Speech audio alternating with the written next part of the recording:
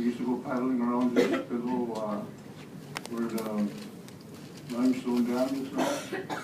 We used to go paddle across the river.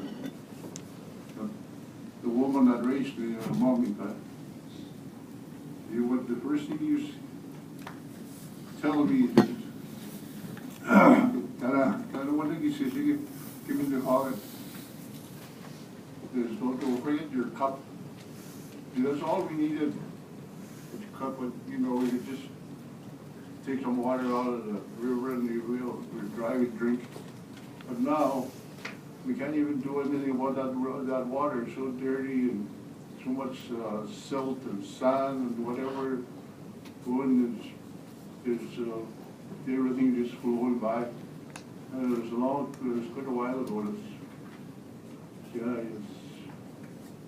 Just remember, God only gets to give me the ball, and that was the main thing, is to don't forget your cup. You know, we didn't have to worry about water. Now we have to worry about, we have to stop where those creeks are to get our water when we go down the Nelson River. And now we can't drink that water anymore. It's so dirty. No, there was one time we went setting a net by Jacques Island, we call it. We set a sturgeon net. It's up our tent. The next morning we went and looked at it. We couldn't even pull that net out of there.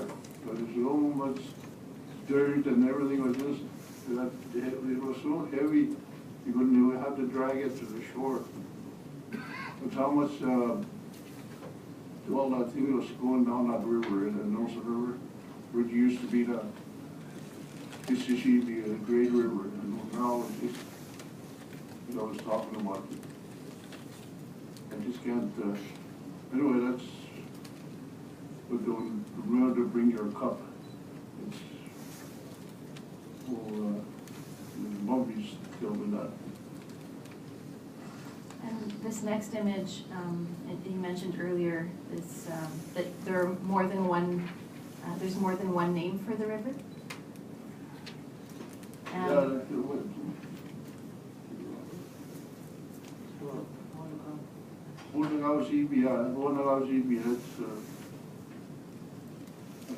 Well, I mean, that's what our elders called it, because that's when they used to come from York Factory, Port Nelson, and all that, you know. Winnipeg, they didn't have to worry about anything else.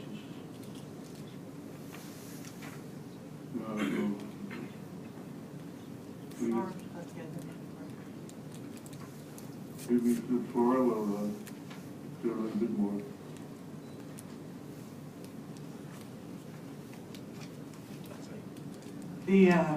The elders called the Nelson River, the original name is the Boenagamnegang, and in English that means that river was so clear that you could see the gravel on the bottom of that river.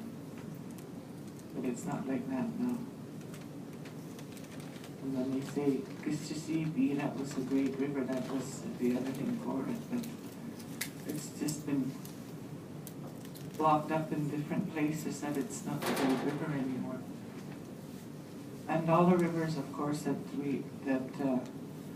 were used as highways for our people a long time ago, and still do in some areas. And fishing is historical use on the river?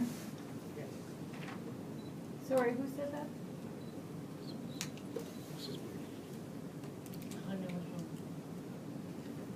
Somebody said yes. Elder Oh, Beardy. that was me. The people would come from York Factory and Port Nelson and go up to Jackfish Island, the island Jack mentioned, and they would fish there for a few days, clean and smoke their fish, and then take them back to where they came from. And that was a traditional thing that was done every year.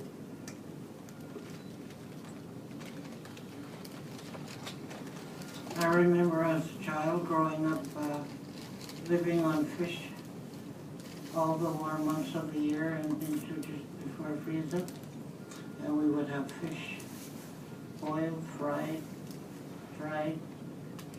smoked, you name it. As a child, I remember eating the inner parts of the fish, the stomach. And my mother taught me how to clean it with a flick of the thumb, and then you would pan fry it, along with the roe, the eggs, which became popcorn for many of us. That was, I mean, we can't eat fish anymore like this.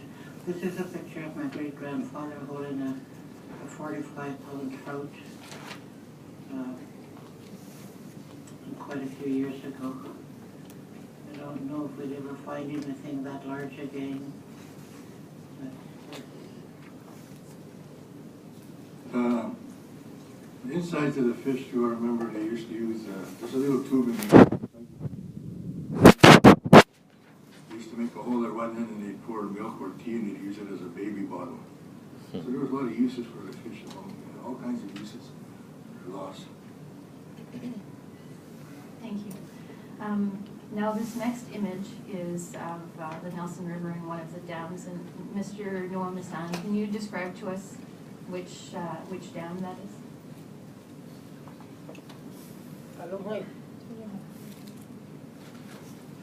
I think that's Kettle River, Kettle Dam, I mean. You're too close to the mic. Around, okay. And this one here? That's Longspur, that's the one we go over. And did you work on these dams? I worked in every dam that's near my community, even Conowapa before Conowapa was moved this way too, was further down. I worked in all the projects, like I worked for Midwest and all that. And you made a good living working for Hydro on the dams? I made a good living, but now as you get older, look how much I look at in the back. You know, I helped destroy my community on the river too, just to make money, you know. I made it seen. And here, I was a mentor for my Park State. They were training to be operators on Purcell Prairie. I was wondering why this Mr. Huff come and got me at that house in that air base is outside of Purcell. South, I forgot how you call it, south. Anyways, he said, those guys, the cat skinners, want to talk to you. And I said, what do they want? I don't know. So I said, wait until I finish the laundry, because I used to do things for the students, you know. So anyways, we went out there, and of course, late Marty Spence, he come to me and Dougie Mayhem, and young Robbie McCoy. All right, she was here 35 years on the equipment, he says. And Mr. Huff looked at me, that Manitoba Heavy, by the way. He come to me, he said, you run machines? Yeah, these are little toys compared to what I run. I run big machines. The biggest loader I run is a 992. You're sitting about 12 feet up in the air, like a nice little office. But you're off lots and you're loading out. And those are the biggest ones, D11 I run. This one is just a small D6. They were doing, the students were doing farmers that water there. They were doing what a cattle rig, I guess, I don't know. It's new to me too. They dug a hole deeper and they were sloping it. They wanted to put that barbed wire, they didn't want that cattle to go back in. So they asked me that, because Dougie is a little short guy. He figured that machine would tip like this, they're doing slow. So anyways, I got on there. When I was walking over to that other machine, that other instructor come running to me. He said, where are you going? Mr. Hawk told me to run this machine. And he asked me the same question, you ever run a machine before? I told him the same story. I asked him what they wanted to do. I did this in not even half an hour. And that other instructor, he told me what to do. He did a little short side. But I went ahead and did all that, the whole thing. I think I would have made about 12 passes. And so all those things that you were doing, that was based on your years of experience and training on working on the dams and construction there on heavy equipment? That's right, a lot of teachers in my past too. Do you know a lot of people from your community and the surrounding communities in Tasqueyac, York Factory, that are also heavy machine operators? Well, I went twice to Polish Prairie. They had people there, Spit Lake too. And I don't know York Landing, I don't think, just Spit Lake and Gillum. I was mentoring there, sort of babysitting them, I guess, so they can go on haywire. And are a lot of these, a lot of the community members that were trained working right now on projects? Not really. You want to have 5 years experience on these projects. That's only one thing that bad about it. Sure, there's trading for people and the other people. But when you're going to go work there, these contractors, they want 5 years experience under their belt, or say under their belt. That's how much experience you want. They won't hire you because you're new to the equipment. You know, there are lots of good operators. All you need is give them opportunity to try to, you know, you can put them on something like packing or something like that, you know. I started off thanks to Terry Sargent, still like a brother to me, that guy. He used to make me like he always, I look up to him as a, I don't know, mentor or something, because he's the one that encouraged me to keep working. I end up to be what I wanted to be. Mr. Marsan, do you have any concerns about what some of Fox Lake members or other the First Nation community members might have to do in the context of their employment? So this is a picture, and you asked me to take this picture of this particular area on the side of the road. Can you tell us why it was important for you to show this picture? Like when you're in Gillum, I don't know how many of you guys travel the road between your house and you see all these gravel pits. Manitoba Hydro didn't really clean it. They're a mess after they built a dam. You know, I walked in there to see it. I know these trees. One elder from Benito, Manitoba, Scotty Matty. One time we're having coffee. Hey, you know what? You feel guilty knocking all these nice, beautiful trees. I know what Manitoba Hydro doing. When they're finished with the pit, they don't put the trees back in. They're still buried under the skyline. You go back in our community, you see these little hills. There's trees under there. What can they push them out? When I was doing that, I asked the instructor, how come we're not pushing the trees back? Costs too much. What are you talking about? I told him. You think you shouldn't complain about it when we're knocking the trees down. It didn't cost money, was no problem. Now there's a problem to put that thing back. Like this is 40 years ago, maybe longer.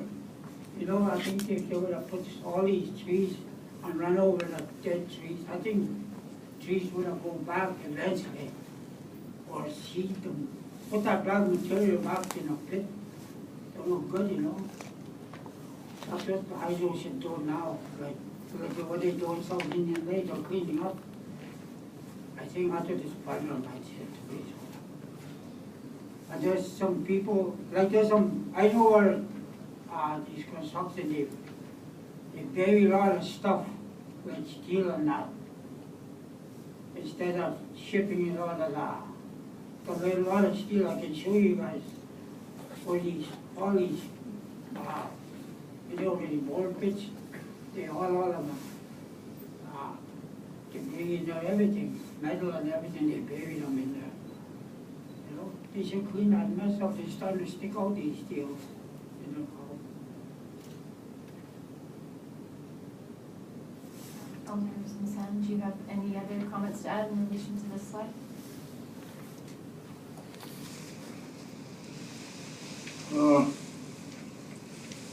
When we're doing the Sundance camp, we're taking all the trailers out of there. There's, the double wides, so we took all the double wides out, but there were some trailers that are single wide trailers. I think there was, for sure there's about four of them. And, they had a reservoir at Sundance. There was that big hole where they had the water for, there was a big hole there. So he's in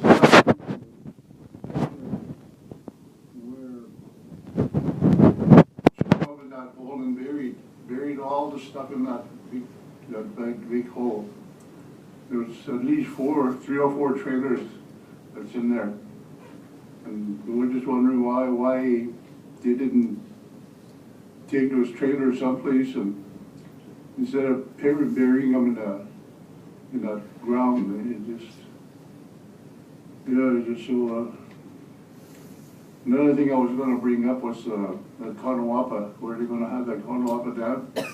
When we want to go down the river, like on Saturday morning, we have to wait till about 1 o'clock in the afternoon before the water comes. You can damn walk across that Nelson River. That's how low the water is. Eh? And I told her, I said, well, God, the river was high, even the mosquitoes could walk across that river. So just, even on Saturdays and Sundays. And then when you go down the river, you can see where the shoreline is. You know, and then when you come back up, all you can see was willows sticking out of the water. That's how high the water comes up again. That's below Conawapa Dam. So it's just, I don't know. And when you go down that river and when you come up, you hit these trees that's floating down the river. You know, sometimes you have your tip over in your boat. And I don't know why they don't, anyway, in Stevens Lake, they have somebody there that clears everything. Because all the hydro cabins are on those islands. They look after that lake better than what they're going to look after down below, where we do our hunting, trap, and fishing and all that. So the water was just so, I don't know. That's all I can do. Just I had to bring that up. So, and, no, like what she said, the security was so that you can't even go down there anymore. Because you have to, when you go down, if you want to go to Port Nelson or your factory, you have to wait for that high tide to come up. So, and then you have to wait for the water to come up on that Nelson River before you can go down. So you're going to have to stay by Gillam Island there maybe about overnight before you can continue your trip. Before we didn't have to, we go down there, we could go wherever we want. Now the water gets so low and it's so hard to, it takes you longer to get to where you want to go before even though you jump on your boat and you can go down. But now you have to wait for the water to come up. So, yes, I had to bring that up. I know it's pretty hard for us. And yeah, the water is so low. It's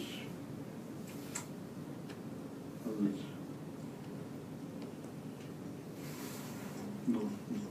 Hello, what Jack is talking about there in that four-way Stevenson Lake. Manitoba Hydro got boat patrol program going on there since 2000, I think. It seems to be, because Hydro got cottage owners there.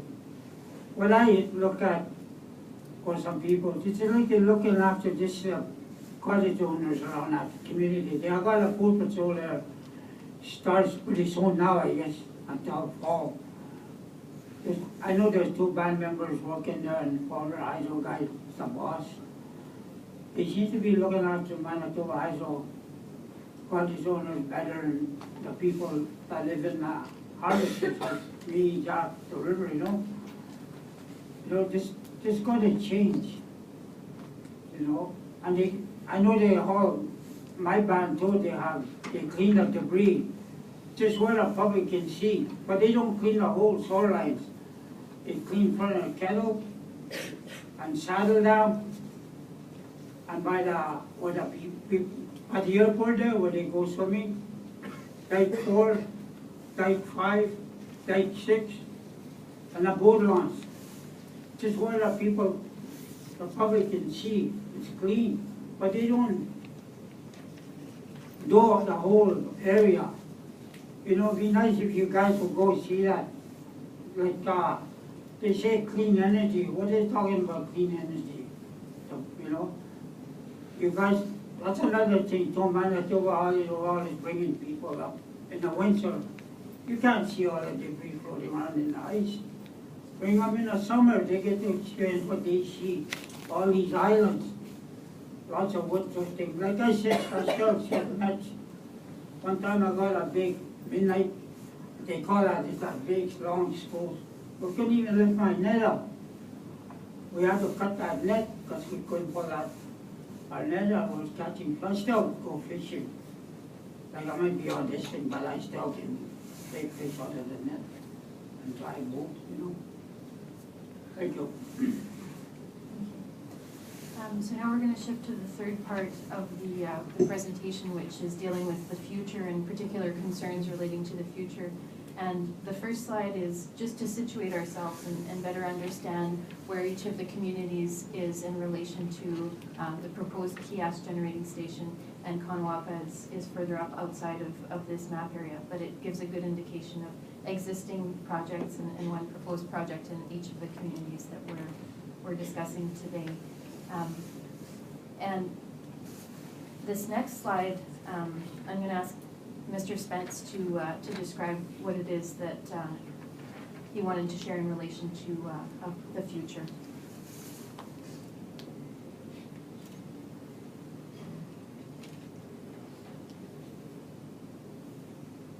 What I said here, we were born into the shadow of one dam of O'Brien, in the shadow of another. I meant by saying this that what Manitoba Hydro does, they do not grow from. You don't learn from your mistakes. You don't want to open your eyes to what you see. You do to the land, the environment, the people, the animals. I'm 44 years old. There are other people who are older.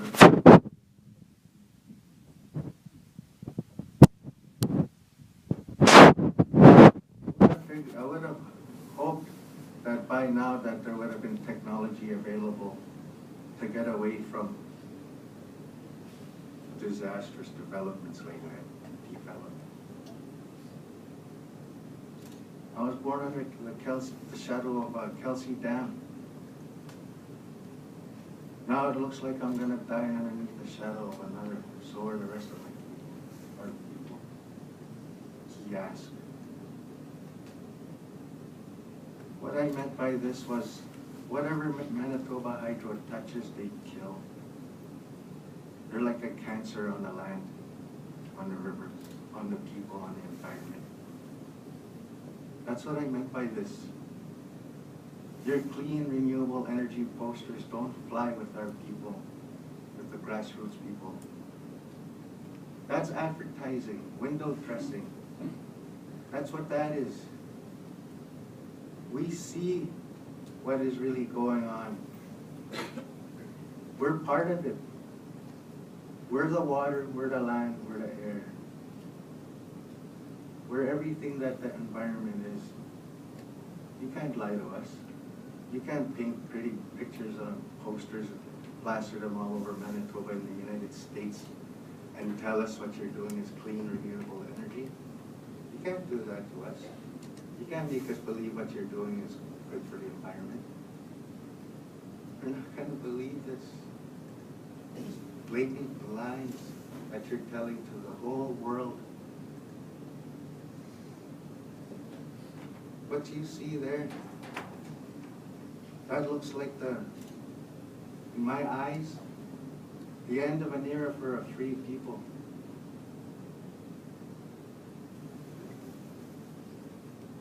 You're killing us every day. I'm sorry, Island, I have to mention this. When North-South consultants paid by Manitoba Hydro to do all the aquatics environmental studies with their fancy gadgets came into our territory and other territories to do their studies. They did a lot of work carrying threads around, throwing orange peels in the water after going to university for years to see how fast the orange peel flows from one point to another. You had to go to university for that? All you have to do is open your eyes to see what is really going on there. I don't know why we're even here in the first place to discuss the rights and wrongs, the pros and cons of what's going on up there. I don't even understand why it should even be an issue. What we breathe is the air that's all around us. So do the trees, the same trees that you kill and knock down and destroy every day. Those same trees that grow along the shorelines you see here, they're leaning towards the water like as if it was a medieval moat to protect the castle. The water is so powerful, so manipulated now, that these trees can't protect our castle anymore. It's not protecting us anymore. The same waters that we lived off of throughout our history as a people are the same waters that Manitoba Hydro are using to kill us today. The same water that gave us life is killing us today. We can't drink it.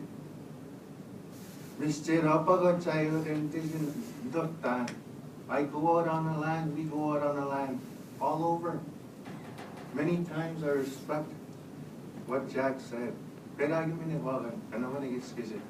Don't forget your cup, bring your cup.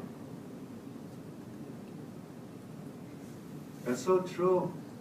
When you go out on the land away from the hydro-affected river systems, all you need to do is dip your cup in the water and drink it. You don't need no fancy Brita water filters. You don't need none of that. Nature does that all on its own.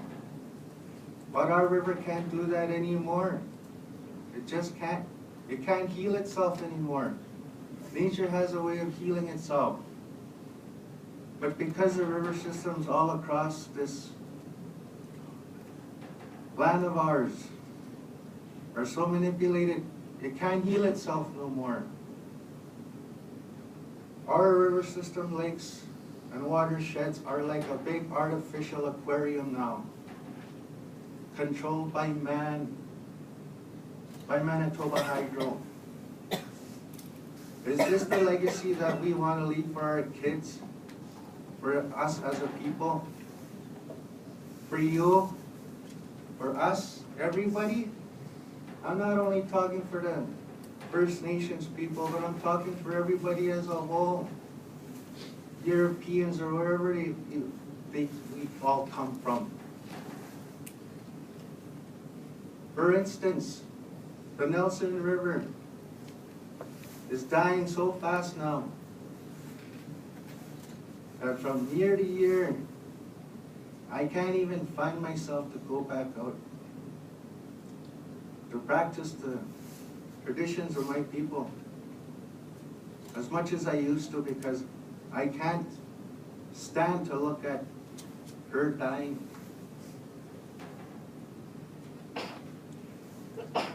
It's hard. like I said before, it's like watching a mother die of cancer every day. The river system, Nelson River system,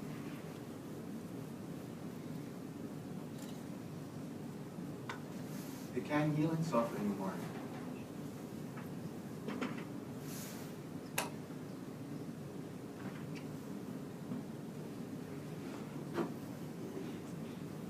Everything that is there is like a boundary. All the lines on the maps you see, all the dikes, dams, diversions, power lines, gates, all of that. Do you know what that does to us?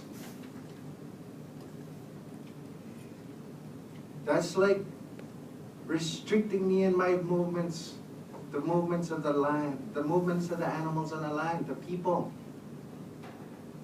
I try to get away from all of this once in a while just to go refresh my being, to recoup. I've gone to places up north where I hoped that I would get away from all this so-called development. I went up north, 60 miles north of our community to Recluse Lake. A traditional area of the Tatasquiac people. There's a settlement there. Our people are buried there. I went there with elders that have gone long before us already. They're gone. I valued the company that I shared with them. They were a strong, proud people, boy. They kept you grounded, kept you humble. I love those people with all my heart, and I love the people that are here today. I went there to get away from all this development, to go recharge my batteries, to go just get away. Why, I felt better the further I went, keep going, I kept telling myself. I got to where I wanted to go, to was Recluse Lake, that's its traditional name. Big trees. Is Little Stranger River is what it's called. Connected to Omandeozibi, Big Stranger River. And I sat there in a cabin, I thought, oh, I'm away from all of this. I can feel better. I got out of the cabin, I looked across the lake. What do I see? A water gauging station put up by the province or Manitoba Hydro. It doesn't matter who put it up there. The province is Manitoba Hydro. Manitoba Hydro is the province. Canada. Doesn't matter what you want to call it. Manitoba Hydro measures the amount of water that they can get out of there. They're piggy bank now. That's what they're using that lake as, the whole river systems in Manitoba. They're piggy banks. The Churchill River diverted into the Nelson. The sturgeon dying on the Churchill River. There's only about 1,000 plus, maybe 1,500 sturgeon left. What's going to happen with those sturgeon? They're genetically distinct, found out by North-South Consultants, Manitoba Hydro's own studies. There was sturgeon up at Fiddler Lake 20 years ago. There's none now. That's the last time anybody from TCN has gone up there to fish for sturgeon. Fiddler Lake, 17 years ago, 18 years ago, there was sturgeon there. I was there, I seen them. There's none there now. North-South Studies Camp, whatever you want to call it, only found one adult sturgeon on that lake, Fillard Lake. I told an elder, Noah Garson, this.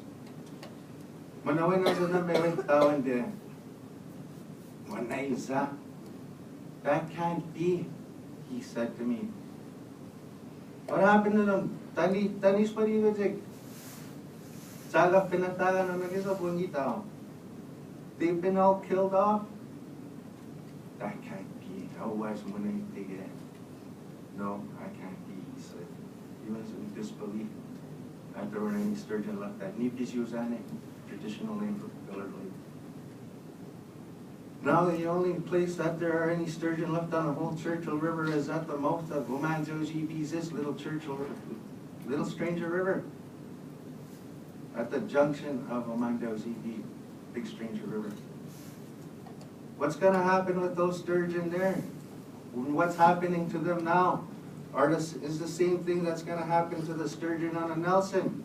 Because Manitoba Hydro wants to build a dam right on a well-known documented sturgeon spawning site, Gull Rapids. Everything that Manitoba Hydro touches dies. Everything. They're killing me today. They're killing us. We're dying. Wala na hilo de nag-isibitsi sa anistanos. Panumura na natahamat ya. We can't do nothing about what is going on, but at least we can certainly try. By helping each other here today, we're our support. We don't do this for your benefit. We're not here for your benefit to make you look good, Manitoba Hydro, no. This is your legacy right here. That is not ours. I am not your partner. I will never be your partner. Until you clean up your act.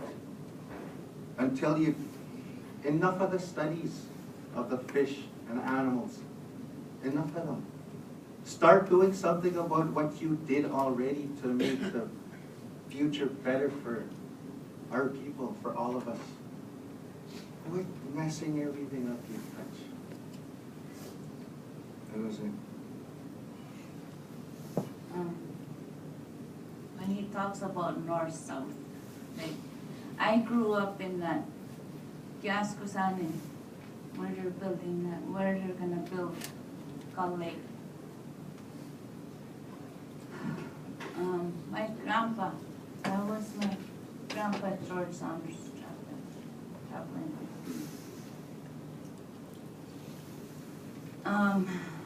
My grandpa George Saunders drowned, went through the ice in Stevens Lake with his son. And then my brother drowned in Gull Lake. Just in that area where they're gonna build a dam. There's Caribou Island and there's this, we call it Leon's Island. Very sacred to us. We never recovered my baby brother's remains. We were always told, look after each other. We always had to watch out for our brother. He couldn't speak, but we understood what he wanted. We knew when he wanted tea. We wanted when he was thirsty, when he was cold. We knew. Just like we know our environment is dying. North-South was doing studies on animals, fish, rodents, insects. Not once did they ever come to us and ask us how it affected us mentally, emotionally, our health, how it's killing us. And then what?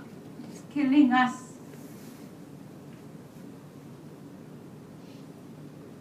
And before we were able to go to Gull Lake at peace, that was our sanctuary, that was our home. And when the water level goes down, my family, we still had hope to go look for our brother. All these years, we still do that. Wait for the water levels to go down and we go scour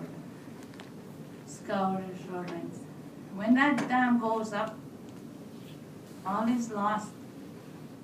Oh, never. Because that island will be underwater, most of the area would be underwater. And they minimize by using these small numbers, how much they're gonna flood that area. How do they know? They're not God. Only our Creator knows what's happening to our land. And I see their reports, how they predict the future on how the dams will affect us. But we already know how it's affected us with the other dams.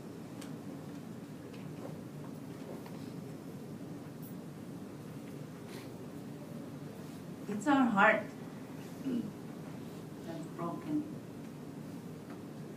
I watch my brothers drown themselves in alcohol because we watched our mom die of cancer, and we're doing it again. We're watching our mother die of cancer, and that's hydro. Where is all that support? Where's all these studies that have affected Inuit? Where's all that report? We don't even have doctors in our community. There's a high rate in our community of cancer, diabetes, hypertension, stillborns. Where's their report on that? There was never a health needs an assessment done on our communities. And the conditions I raised my kids in the state.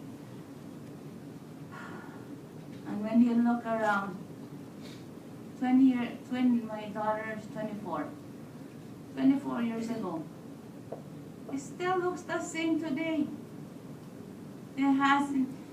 They're claiming they spent millions on our communities. But it was only for their negotiations. They weren't allowed to spend any in our communities. It never reached our communities. How can they claim they spent all this money and we have all these benefits? Where is it? Why are our homes infested with mold? Why are our homes, there's people in our own territory homeless? In Split Bay, there's a high rate of unemployment. Where's all this training they're talking about? Where are all these jobs they claim we have? And how do you expect our people to, on that thing they have, GRS, when they ask you, you have to have a permanent resident where you're from. You have to prove it. How can our people prove where they are when there's 30 people in one home and there's only one person that has that address? How can you prove it when you don't have a bank account when you're on welfare? How can you have a phone when you don't have a job? Those are the obstacles our people face. But all these claims that they have these rosy, beautiful pictures on that. Just like when you're driving, I had this dream. It keeps haunting me, and that dream was so powerful last night. They were in a boat. My family was in these boats. Because we're river people.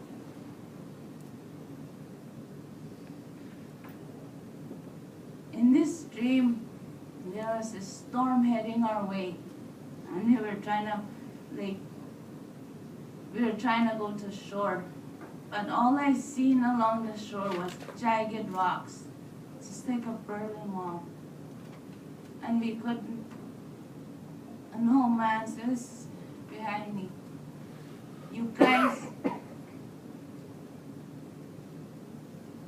it's a magiswag no simmer.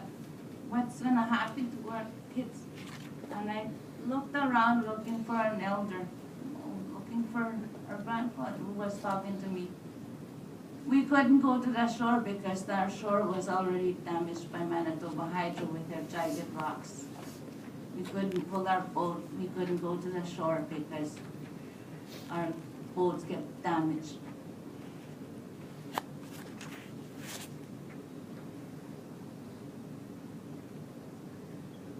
And there was this young man driving along the shoreline, and he was trying to come up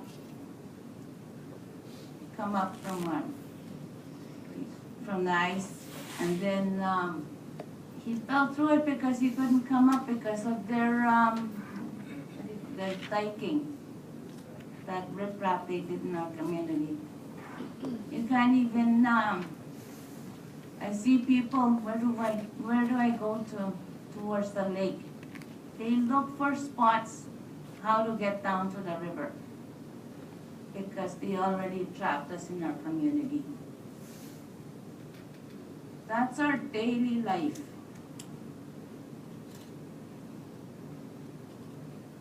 I have so much to say, but Thank you for sharing that. We're going to turn to Christine Massan, and this is, when we talked about the future, this is the first thing that you mentioned was that language is culture and identity, and the first thing we should talk about is our language. And can you explain to us why that's important to you? I was talking about on how when everything is in focus and balance, that everything we talk about is our language, our culture, our identity is all interwoven. Our language, food we eat, it's all a part of us. We are the Cree, and we speak the Innu language. We are the Innu one. And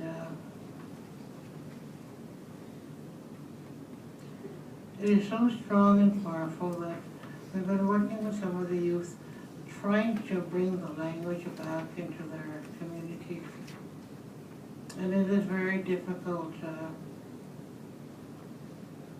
And it goes back to several reasons. Number one, the parents that came back from residential school and how they were made to feel, how they were punished every time they spoke Cree. Then some of them came back home and Manitoba Hydro had already demolished some of the houses along the main street to make room for what they wanted. And anybody that got caught that was heard speaking Cree was called down. They were called squatters. And they were made to feel that to be Cree, to be an Innu, was an evil thing. And so we have a big age gap between the very young today and say about 40 years old people, the mid-range. There's a big gap in there that we're trying to fill very hard. And I'm working with some other educators and trying to do everything we can. As a teacher, I have known many things, I have noticed many things.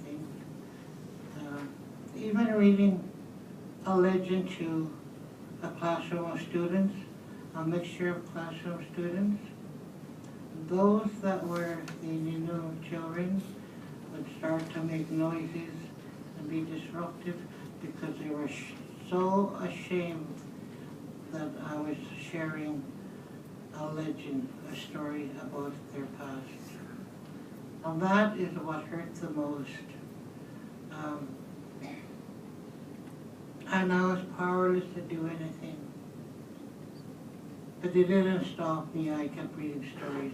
I talked to the children individually. I have worked with children all my life. I was born with 13 younger siblings and a few older. And that is what I believe my life is, to work with the youth forever. My dreams are filled with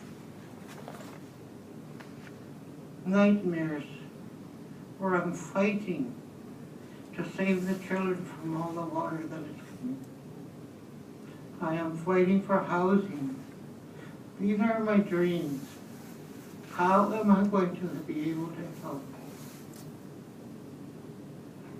My whole living being is based on trying to save the culture, trying to help the students and the young people be proud of who they are. The community that we live in, Manitoba Hydro, has done a real number on them. And what I said yesterday was, living with the people in Gillum is not bad. It's not bad at all. I have a lot of good friends that work for Manitoba Hydro. It's their bosses or whoever is telling them what to do. Do they have to do such a good job of it? You know, there was a lot of a shortage of land for trailers in Gillum as they were getting ready to build the Gas Dam and the Kanawapa Dam. You know, and it was the town of Gillum, Fox Lake Cree, and Manitoba Hydro. They also wanted this land, so they divided it up. Manitoba Hydro faced their trailers. That's there, oops, and they faced their trailers going this way. They were taking up twice as much space. And I respect the fact that they wanted a good yard. That wasn't even bad. You know what they started doing in the winter time? They hired these contractors to come around and put a fence around every trailer, even giving more division. My neighbors have this great big high fence all along. There are, what, 5 or 6 trailers, all fenced in separately between our house and Noah's house. And they, for so many years, kept saying, we want to help, we want to be able to work with you. I was hired as a community liaison officer to shorten that bridge, that gap between Fox Lake and Manitoba Hydro. I don't feel that was even honest. The way that they continue to make divisions.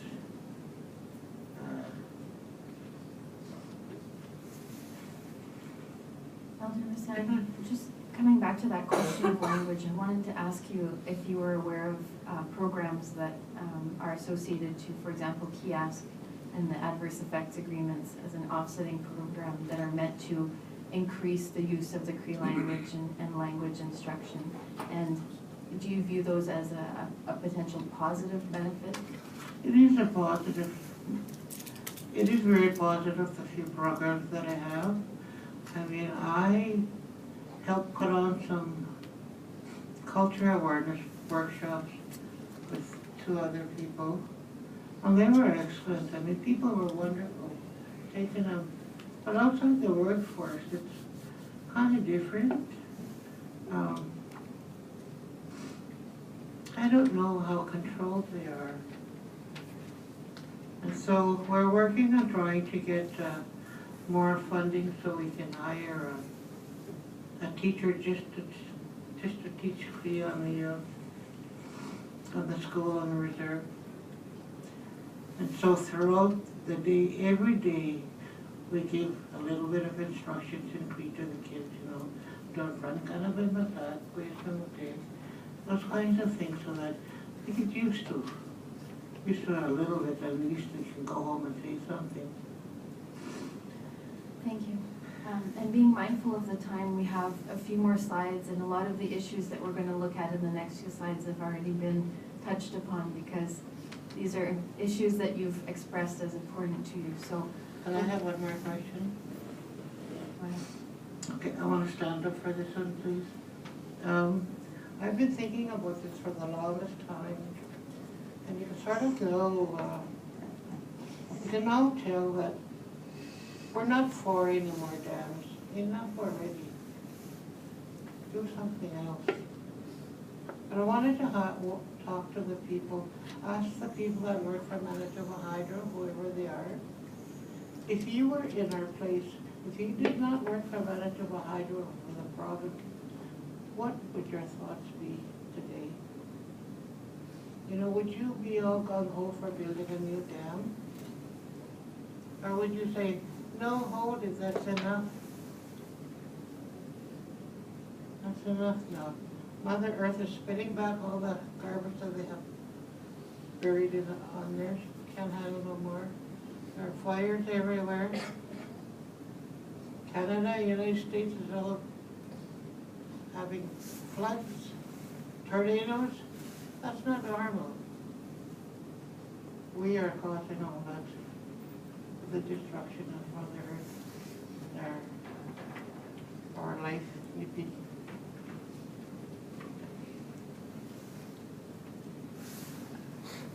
And as we go through the next few slides, I'd like you to keep in mind one question. I'd like each of you to answer it at the end. Can you think of other alternatives that might be better for you than to build more hydro dams? And a second question, which is, do the benefits that might come from hydroelectric development, are those enough to outweigh the potential negative impacts, in your view, on your socioeconomic and health interests? Okay, so those are two things I'd like you to keep in mind as we go through. And these are issues that you've identified and pictures that you shared: erosion and debris,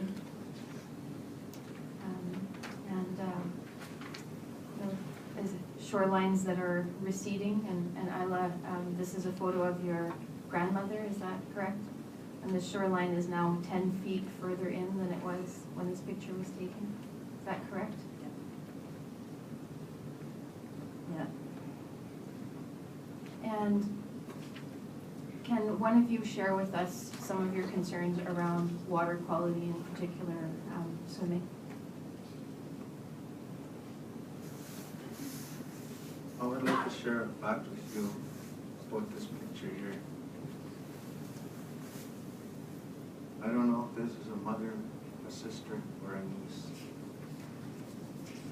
But the reason why she's standing there in that water is because there is no other place within reach of our community to go have that kind of fun, that sort of recreation anymore.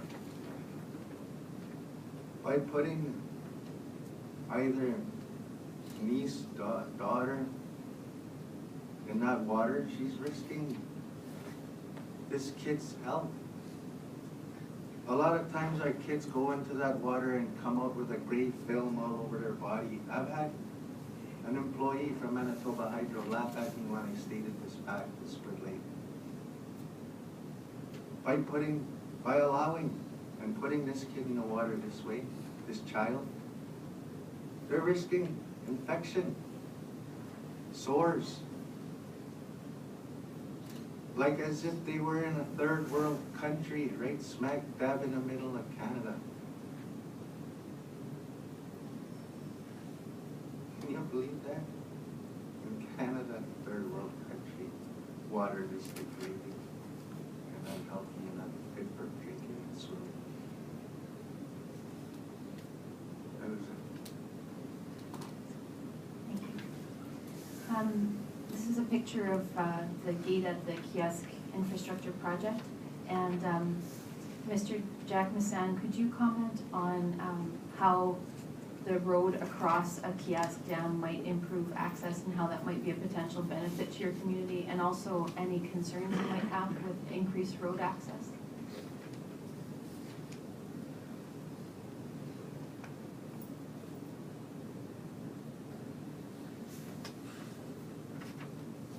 That road, it's a long ways from where our community is.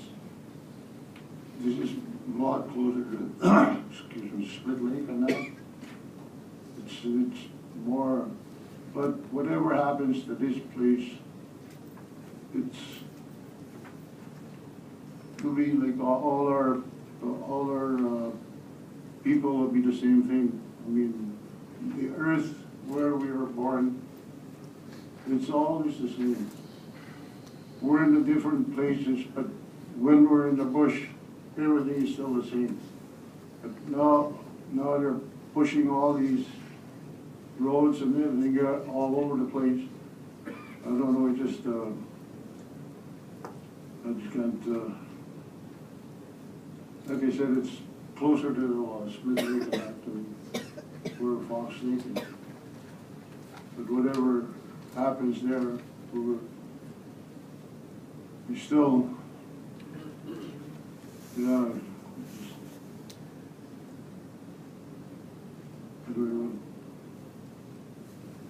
Mr. Moose? They say this road will, for us, I guess, our benefit is supposed to be that it cuts at least, I don't know, 45 minutes an hour to go to Thompson. But I think more and more of a benefit to Hydro, people from going all the way around. But that road opens the door to more people who come to our community too. There's going to be a lot of strangers coming into our community again, as it was before. We've told these stories over and over again, talk to everybody.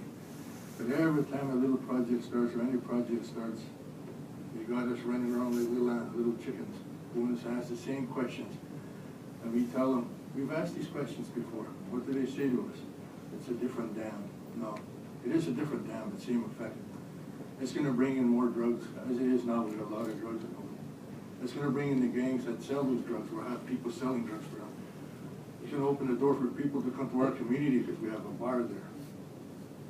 A lady eloquently put it at the CEC hearing from Hydro said, when we asked, what's he going to do with the workers? He said, oh, we got a good plan, she said. Well planned. They're going to have a bar at the camp. They're going to have recreational facilities at the camp, you know, for the workers. I don't know where this lady, she wasn't thinking like this. They had all those in previous dams. And they still came to our community, still came to Gillen. We were the ones who were getting slaughtered. You know, that opens doors to destruction. It's not hydro construction, it's hydro destruction for our people. Thank you. Mr. President, if we could have a few moments just to regroup and discuss how we may shorten this, given the time frames that we have, that would be much appreciated. Okay, how much time do you need? Approximately 10 minutes.